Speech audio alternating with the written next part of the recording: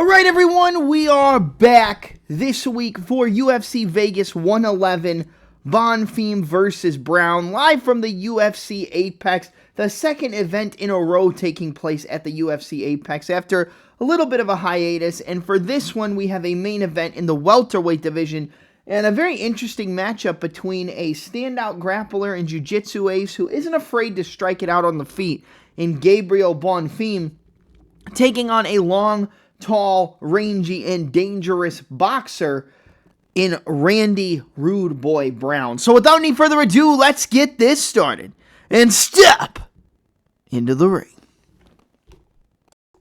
All right, we are back after last weekend. With the whole scandal that happened over the weekend. Well, I'm not going to say anything about it because there's just, you've already heard everything you need to hear about it. There's no reason for me to say anything, but overall, the event was okay. A lot of submissions. And a lot of the submissions I thought were possible actually ended up coming through.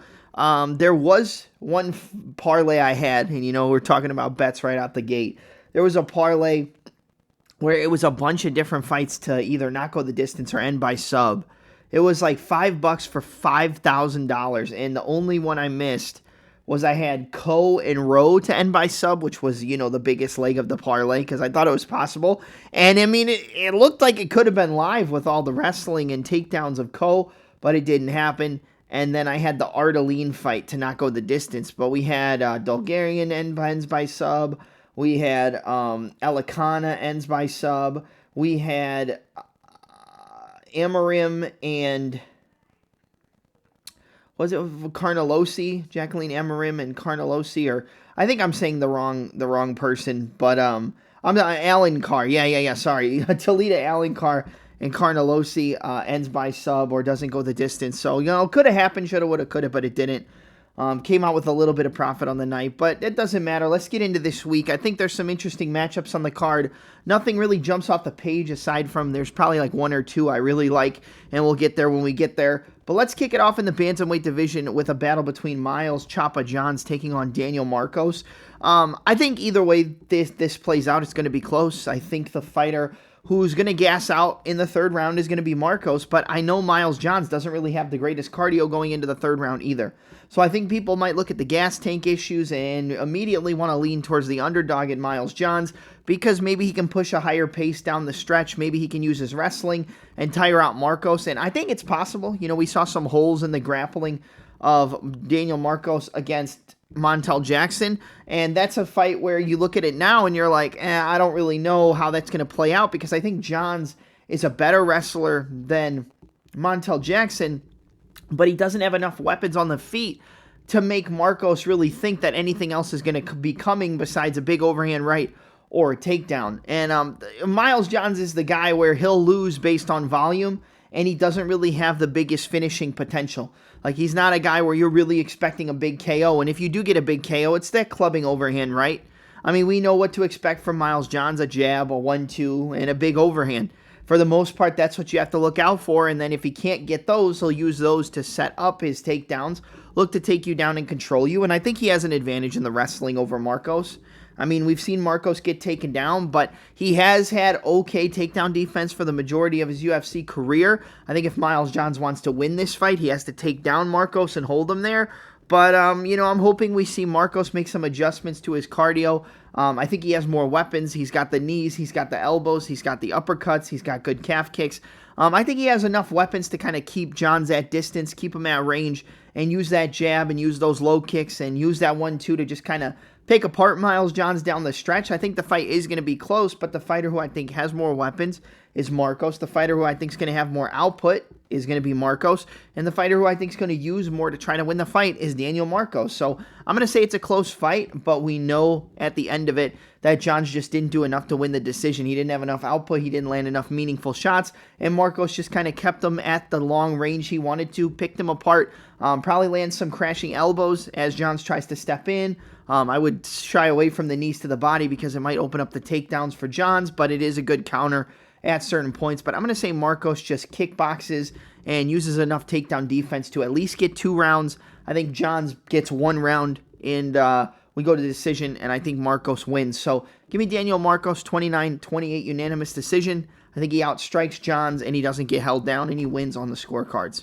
By the way, if I do sound sick, I am kind of getting over whatever the hell this is, so if my voice sounds a little off, forgive me. But Pennington and Gomes, I don't care. I'm never going to care, and you guys shouldn't care either.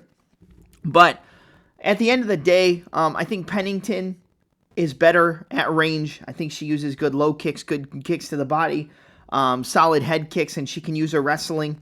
I think this fight plays out 51-49 either way.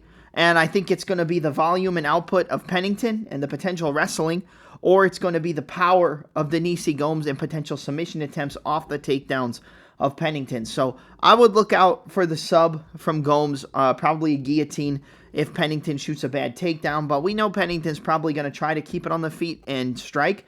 And I just think that the power of Gomes could make this fight close.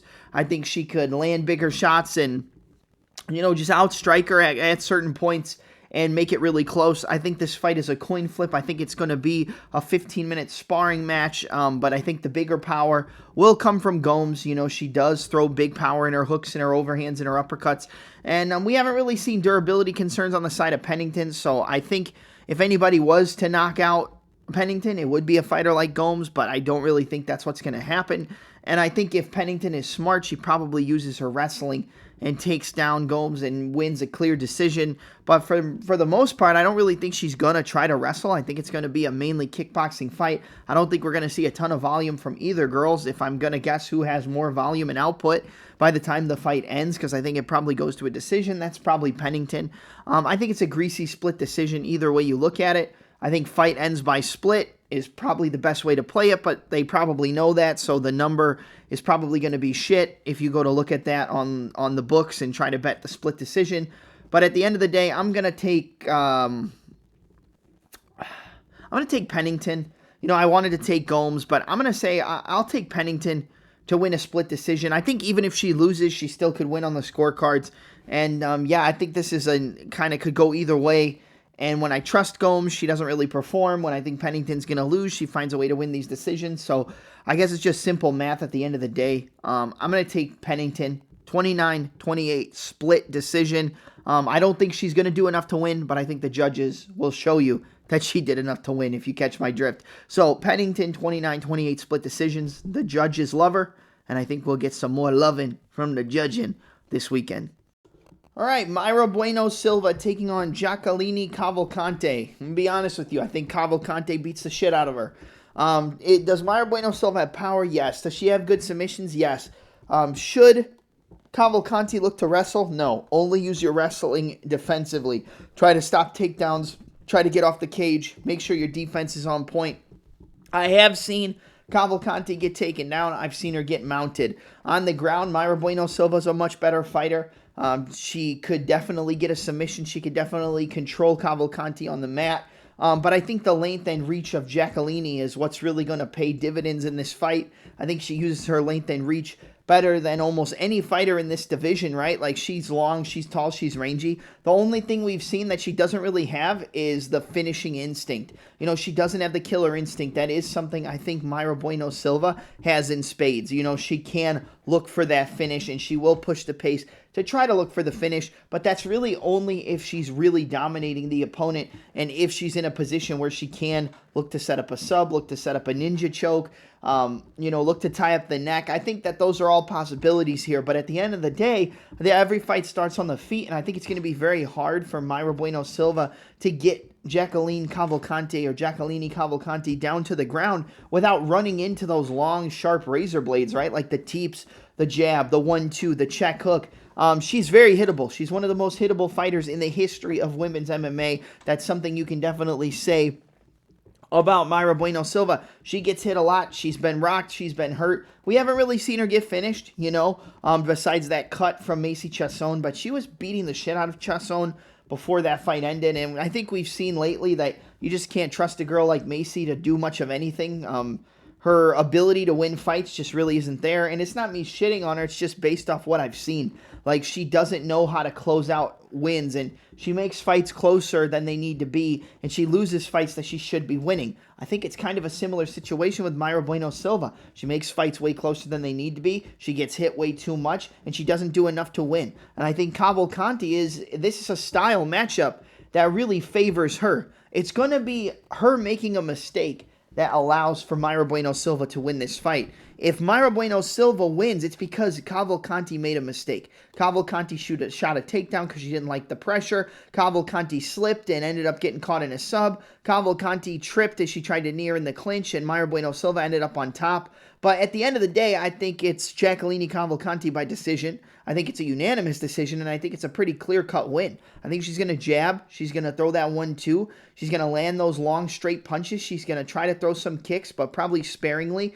because she doesn't want them to get caught and allow herself to get taken down. And I think she just plays the range game, keeps her at a distance, and just kind of picks her apart, pieces her up, stays on the outside, and point fights her way to a decision. I could see a late TKO, round 2, round 3, but again, I don't trust the finishing instincts of Cavalcante. I think she could have finished her last opponent in Nora Cornell like 28,000 times, and she just didn't put the pace on her enough to finish her. She rocked her, she stumbled her, she dropped her, and she just didn't go for the finish. So I'm going to say she stays safe, she stays smart, she stays intelligent, and she boxes and kickboxes the face and body off Bueno Silva and wins the fight by decision. So give me 30-27 unanimous decision for Jacqueline Cavalcante, and I think Mayra Bueno Silva leaves the UFC, gets her walking papers following this one. I could see a late TKO. If you're going to take Mayra Bueno, just take her by sub. Maybe, Cavalcante makes a mistake and gets her neck caught up in a ninja choke, kind of like Holly Holm. But at the end of the day, I'm going to say she sticks at range, picks her apart, and wins a clear-cut decision.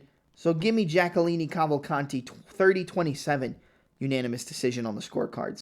Next up, we got a battle in the featherweight division between Haider Amil, the Hurricane Haider Amil, taking on Jamal Pretty Boy Emmers. This is a close one, guys. I think I see a lot of people on Amil, and I understand, right? He's one of my favorite fighters too. I like his forward pressure. I like his dog mentality. I like that walk the opponent down and throw multi-shot combinations. Like, don't get me wrong.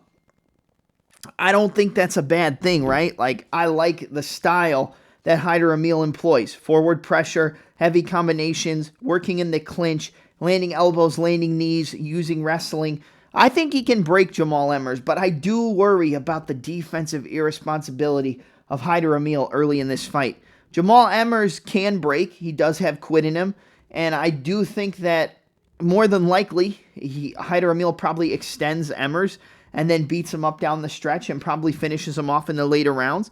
But I think Jamal Emmers also is a very solid striker. He's an okay grappler, but I think for the most part, it's the explosivity he has on the feet that worries me with a guy like Haider Amil. Like, Amil just got knocked out in his last fight. Obviously, he took time off. He did what he needed to do. But I wouldn't be surprised if Emmers just hit him with a huge right hand and knocked Amil out and he wasn't able to recover. I wouldn't be surprised if we got a first-round knockout from Jamal Emmers. Like, 100% would not shock me at all if Emmers just cleaned his clock early in the fight. Big right hand, big left hook, like just hit him with a huge shot. Would not shock me. I think Emmers is live for about 7 minutes. After that, I think Amil probably takes over, probably wears down Jamal Emmers, and probably finishes him off. Could be a sub, but I think it's probably just an attritional TKO. Puts him on the back foot, gets him against the cage, unloads with combinations, rips to the body, and then eventually either the ref jumps in or he just drops him and slumps him against the cage. So it just really comes down to, what do you favor? Do you think it extends, which in that case you'd probably favor Haider Amil? Or do you think it ends early and Emmers wins by knockout? I'm just going to go out on a limb, and I'm going to take Haider Amil. I think he has more to offer the UFC, and I haven't seen quit in him. I've seen quit in Emmers. I haven't seen quit in Amil, and you got to shut the lights out on Amil, and I think Emmers can do that. I think he can land a big right hand. He can land a huge shot and put down Haider Amil early. Kind of like Delgado, but I think it would be more for the boxing. I think the sharper, cleaner boxer, the sharper, cleaner fighter is Jamal Emmers. But I think the pace, the pressure, the forward pressure, the in-your-face style, the combinations, and the volume of Amil will eventually get to Jamal Emmers. So my official pick is going to be Hyder Amil. I'm going to take the Hurricane to wrap up Jamal Emmers in the eye of the storm, and I think he's going to put him away late. So give me a late second-round TKO for Hyder Amil. I think he overwhelms him. I think he survives early, gets hit with some shots, but pushes back Emmers, gets in his face, overworks him, overwhelms him, tires him out, and breaks him. So give me a late second-round TKO for Hyder Amil. I think the Hurricane grabs Emmers and turns him to dust. So late second-round TKO for Hyder Amil in this fight. All right, now we're probably at my favorite fight on the entire card. In the middleweight division, you got a battle between Christian Leroy Duncan, CLD, taking on Marco Tulio Silva. This is a great fight, guys. An amazing fight. And I think somebody gets finished. So, like, realistically, I think Christian Leroy Duncan is very unorthodox. He switches stances, he cuts weird angles, and he throws a lot of creative shots. You know, weird uppercuts, stance-changing straight punches, spinning elbows, flying knees, drawing the opponent in, throwing those flying knees. And he does have good timing on his knees or his uppercuts. But he has a little bit of trouble with pressure, and he has a little bit of trouble with guys who can just kind of keep up a pace and put it on him. I kind of think Marco Tulio Silva has the perfect style to just overwhelm a guy like Christian Leroy Duncan. But we haven't seen him get finished in the UFC. We haven't seen him get stopped. We haven't seen him get KO'd or subbed or anything like that. But I do think that this is the guy who probably can do it. I'm a huge Leroy Duncan fan. I don't know if I've picked against him on this podcast ever. You'd have to go back and look at all his different fights that he's had in the UFC because I'm pretty sure I've covered every single one. But I don't know if I've ever picked against him. And if I haven't, then this is going to be the first time. I'm going to take Marco Tulio Silva. I like the fact that he always puts something out there. Like whether it's a front kick to the body, a low kick. You know, he loves those front stabbing teep kicks to the body. And I think by mixing up the boxing combinations to the head and then throwing those shots to the body, you're going to kind of force Leroy Duncan to throw when he doesn't want to throw. And you're going to put him on the back foot and you're going to make him uncomfortable. Now, Marco Tulio Silva leaves his chin up in the air. He doesn't really move his head. We saw him get hurt by Tresean Gore. We saw him get clipped with some big shots. I think Tresean Gore probably has more power than Leroy Duncan, but Duncan has more weapons than Gore. Gore is just a meat and potatoes, pretty much a boxer with leg kicks. You know, he doesn't really throw head kicks, doesn't really go to the body with kicks too often. And I think Marco Tulio mixes it up. I think he throws good knees to the body. He throws good low kicks. He can switch stances. He throws switching stance combinations with his hands, finishes his combinations with his kicks, and he's also got good takedowns and good jiu-jitsu. I think if the striking gets uncomfortable, if it gets to a point where he's uncomfortable on the feet, I think he can use that wrestling, get on top, and look to set up a submission, or maybe try to flatten him out and finish with ground and pound. I like Marco Tulio here. I think he wins. I think that this fight is close. But at the end of the day, I gotta go with Marco Tulio Silva. I just think he puts too much out there. I think he has too much output for a guy like Christian Leroy Duncan. And I think with the forward pressure, the boxing combinations, and those body kicks, I think he kind of shuts down the ability for Leroy Duncan to do what he wants to do, which is dance around, switch stance, make it look pretty, and kind of draw you into that trap and that false sense of security. I don't think Marco Tulio allows that because of his forward pressure, because of his ability to be on the front foot, and because he's always trying to put something out there. So I'm going to take Marco Tulio Silva. I'm going to take him by a second round TKO. I don't know if it's going to be on the feet. I think he might just flatten him out on the ground and finish him off that way. That would not surprise me. I'm going to go with a ground finish for Marco Tulio. I think they're going to strike. I think they're going to strike it out on the feet. I think eventually Marco Tulio is going to get on top, and I think he's going to flatten him out and ground and pound his way to a victory. So give me Marco Tulio Silva. Give me Marco Tulio by second round ground and pound TKO over Christian Leroy Duncan. All right, next fight up in the bantamweight division. It's a pretty good fight in the, I just said in the bantamweight division, so I guess I'll repeat myself. But it's between Ricky Simone taking on Raoni Barcelos. Barcelos has been looking good. He just beat Peyton Talbot. He won a fight that a lot of people didn't really give him a chance to win. He was like a plus 400, plus 500 underdog, and he dominated the fight. Took him down, controlled him, got on top, flattened him out, did what he needed to do. Only time we've seen Barcelos get finished was against Umar Nurmagomedov, and I mean, that's not a bad loss to have, But I think this fight plays out close, but I kind of feel like Simone is probably going to look to wrestle heavy. I think Barcelos is a good grappler. He can wrestle in his own right. I think he can land good calf kicks. Can Barcelos, a good jab. Simone's always had issues being caught at range, at distance. And I think Barcelos is the type of guy where he can stay on the outside, dance around, and land some jabs, land some low kicks, land some 1-2s, and move around. But I kind of feel like, age might play a factor here, and maybe Barcelos is slowing down a little bit.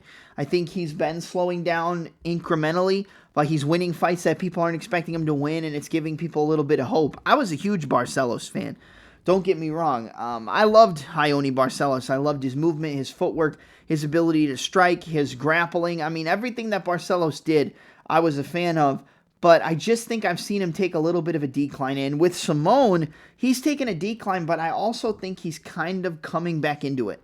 Like, he landed that big shot against Basharat and knocked him out cold. I mean, he's still got the power to put guys down and knock them out. And I kind of think the power is what's going to be the difference here against Raoni Barcelos.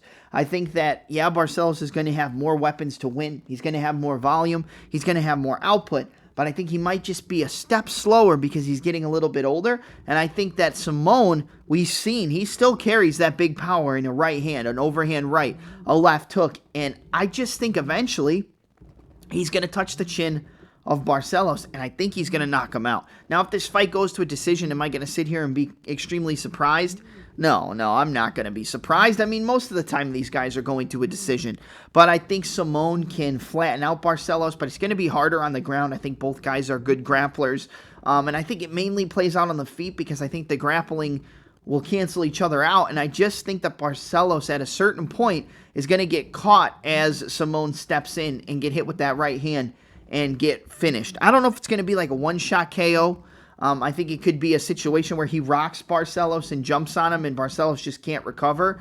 We've seen Barcelos get wobbled multiple times. We've seen him lose as a big favorite. We've also seen him come in as a big underdog and do the damn thing. But he's not going to be able to take down, hold down, and control Ricky Simone like he did to Peyton Talbot. And if they stood on the feet and struck it out and there was no wrestling, I think Talbot beats him. I think Talbot could beat a Ricky Simone, but I also think that Simone has more power than Talbot. He's got better wrestling, which will make it harder for Barcelos to take him down, and he's got a lot of power in his hands. I think Simone knocks him out. I think he's going to catch him on the chin, and I think he's going to put him down, and I think the ref's going to jump in and stop it.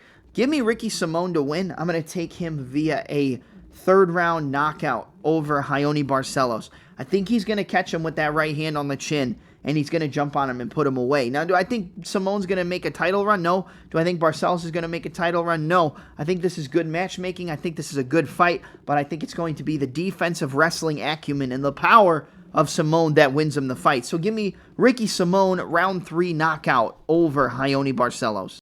All right, next up, we got a battle in the lightweight division between Chris Taco Padilla taking on Ismael Bonfim. This is one that I think is a close fight, I think Bonfim's striking has gotten better. I think the better Bonfim between the two is still Gabriel, and I don't think there's much to think about with that. I still think both of them are a little bit frauds, but I think if I got to pick one who's better, I'd say Gabriel, who's in the main event, is probably the better fighter, which would make sense with the placement on the card. I think both the Bonfim brothers have quit in them. I think both the Bonfim brothers, when the going gets rough, the wheels kind of fall off the tracks, and I think things start to go downhill. I think Padilla is going to be outstruck, outlanded, and had a big speed disadvantage early. Like that first round, I think Bonfim, Ismael, I think he wins the first round at a pretty high clip, with big right hooks, left hooks, overhand rights, kicks to the body, kicks to the legs. But I think Padilla, he usually is going to lose that first round, right? Like most of the time when we see him competing, he's going to drop that first round. And I think it's going to be similar here, right? Like, I think the fighter who's going to be faster is Bonfim. The fighter who's going to be throwing with more ill intent is going to be Bonfim. But I kind of see this playing out similar to the Nazim Salikhov fight, which I'm pretty high on Salikhov. You guys know that. I mean, we've talked about it before. I like that guy. I like that guy a lot, and I think he's very, very good. But when it comes to talking about this fight, like, I think Padilla is going to lose that first round, but he's a guy where he just starts to find openings. He's got good elbows. We saw that against Rongju. He's got good counters with his boxing, solid kicks. And I think he's going to start to land counters on Ismail Bonfim. And I think it could be a situation like the Salikhov fight where he cuts him or he hurts his eye and the ref stops it because he can't continue.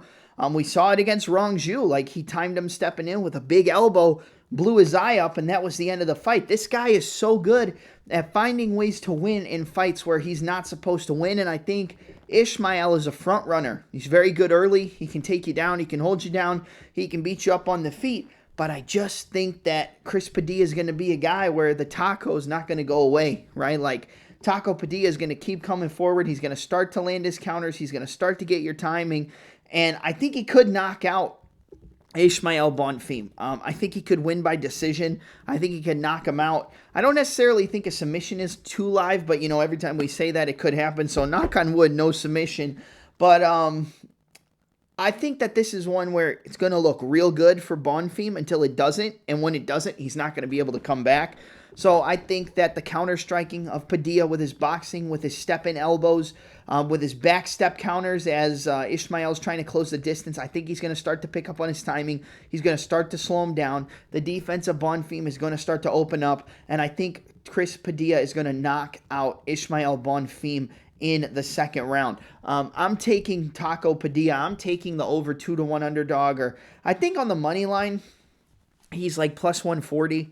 Plus 150, somewhere around there. I think he was like plus 170, but some money's coming in on him. I like Padilla. I'm going to take Padilla by knockout. I think he's going to land a big counter off the forward pressure of Bonfim. He's going to hurt him, and he's going to put him down. So give me Chris Taco Padilla to win via a second-round TKO stoppage. And I think he's going to beat Ismail, and I think y'all are going to keep sleeping on him until he has to wake you up. All right, next up in the welterweight division, you got a battle between Muslim Salikhov taking on Uros the Doctor Medic. Another fight, man, that, like, this is a tough one to call because if you would have asked me, like, a year ago, I would say Medic wins this fight all day, and he probably finishes him in the first round. But now, I don't know, because I think Muslim Salikhov is 100% live to knock out Uros Medic. Like, he just is. He just knocked out Carlos Leal in a fight where I expected him to get pressured, pushed back, and finished himself. And he flatlines him in the first round with a big overhand right.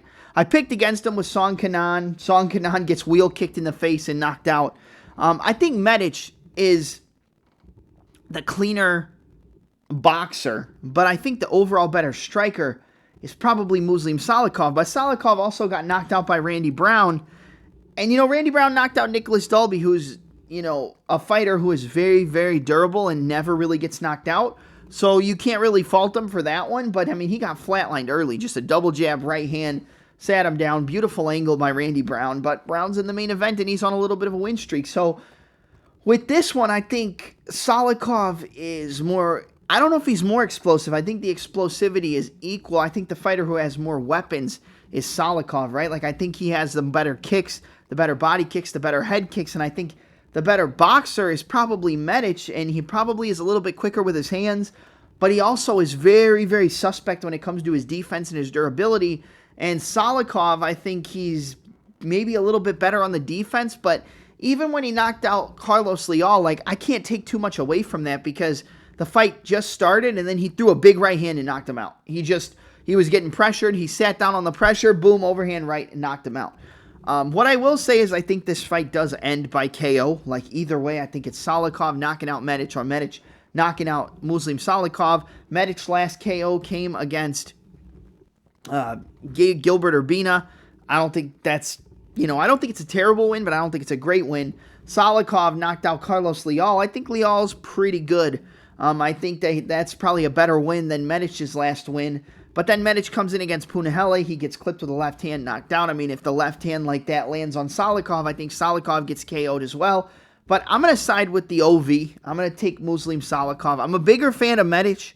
So in the back of my head, like, I'm hoping Medic wins this fight. But I just think the overall more well-rounded fighter is Salikhov. And if the striking isn't going well, he could take him down and maybe look to set up a sub or ground and pound. So I think he has the wrestling in his back pocket, which Medic doesn't really have. But I think for the most part, it plays out on the feet. And I'm going to say Muslim Salikhov catches him with that left hand and puts him down and finishes him off. So give me Muslim Salikhov to win. I'm going to take Muslim Salikhov round 1 KO over Uros the Doctor Medic. But it's a close fight. I think it ends by KO. I would like to see Medic win, but I'm going to take Salikhov. I think he has more weapons, and he's a little bit cleaner both offensively and defensively. So give me Muslim Salikhov round 1 knockout over Uros Medic. All right, now we're at the co-main event of the week in the flyweight division. Co-main event of the evening, not of the week. But Matt Schnell versus Joseph Morales. Listen, man, you know, Matt Schnell, he's got decent grappling. He's a solid boxer. He likes to throw that left hook, pop the jab, the 1-2. I just think Morales is going to dog walk him. Like, I'm going to be completely honest with you. I think that this fight is tailor-made to get a finish for Joseph Morales and for him to look good and for them to continue to use Matt Schnell as a stepping stone. You're going life and death with Jimmy Flick. I mean, really? Like, yeah, I don't buy it. Jimmy Flick is a bum, a certified bum.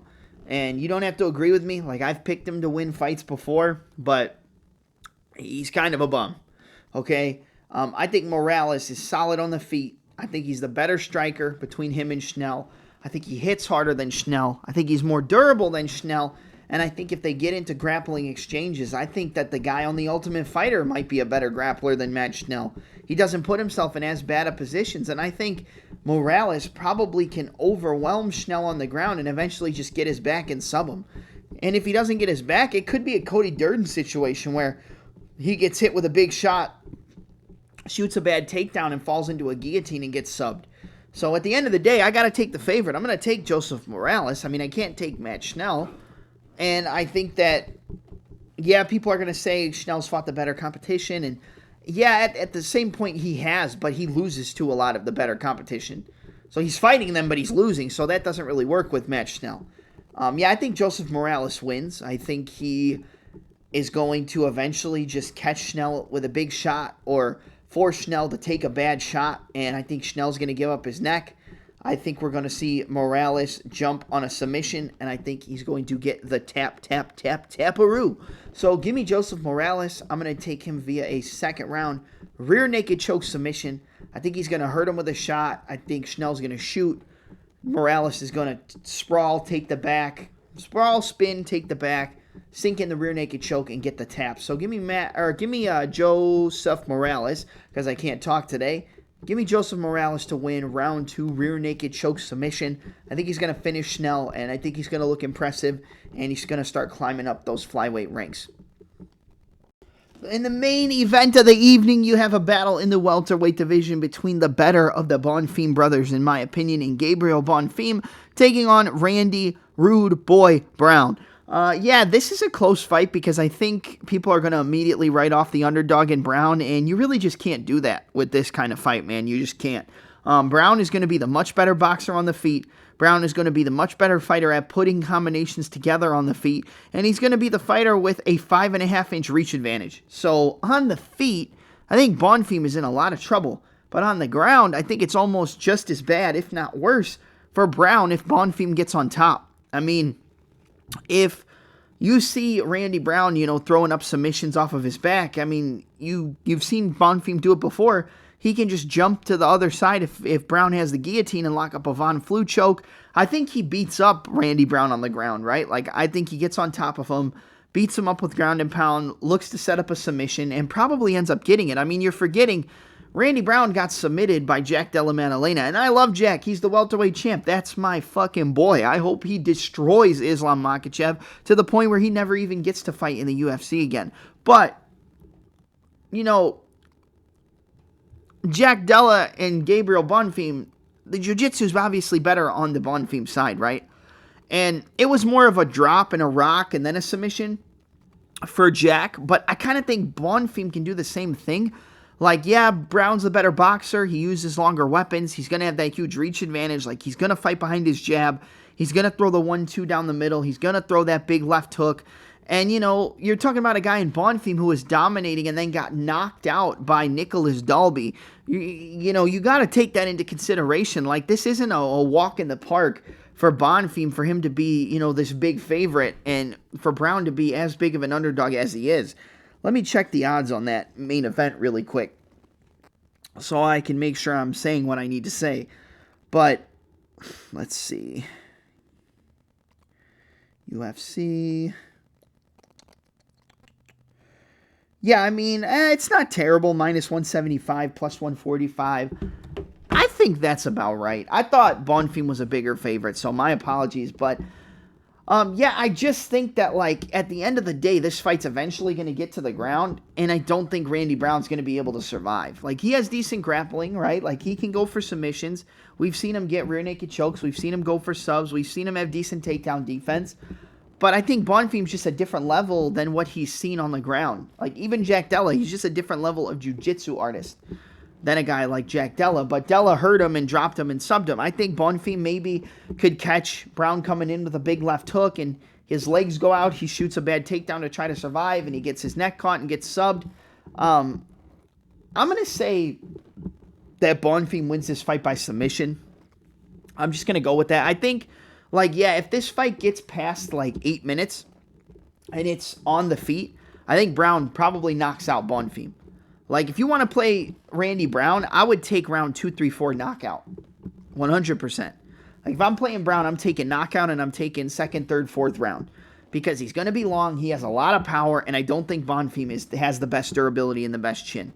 But I do think he's got much better wrestling and jiu-jitsu, and I think he will take down Randy Brown. I think he takes him down. I think he ties him up. I think he beats him up, and then he eventually subs him. So I'm going to go with a second round arm triangle choke submission for Gabriel Bonfim. I think he's going to just get on top, beat him up, eventually allow for Brown to give up a sub, get submitted with that arm triangle choke, and I think that's how this fight ends. I don't think Bonfim's that great. I think he's okay. I don't think he's as good as the UFC makes him out to be. I think Randy Brown can definitely win this fight, and win this fight by a vicious knockout. But at the end of the day, man, I'm going to take Bonfim to win. I'm going to take him to win by submission. Give me Gabriel Bonfim in the UFC Vegas 111 main event via second round arm triangle choke submission over Randy Rude Boy Brown. All right, that's it for my UFC Vegas 111 preview, predictions, and breakdown. Don't forget to like, comment, subscribe, smash the notification bell, and leave any suggestions in the comment section below for future topics, future videos, future discussions, whatever you want. Leave me any of your suggestions down below, and we can probably make most of those happen. I'm your host, Double M, and I'm out.